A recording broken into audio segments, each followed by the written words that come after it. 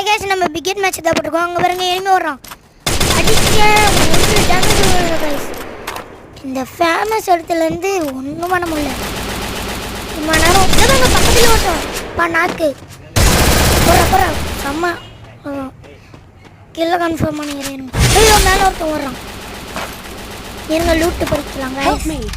அங்கே பாருங்க ஒருத்தவன் நம்ம ஆப்போசிட்டில் ஒருத்தவன் அங்கே பாருங்க ஒருத்தன் இறங்குறான். காணும் ஜிம்மா மாயம் இல்லை. அங்கே பாருங்க டீமெட் அடிச்சிட்டோம் போல.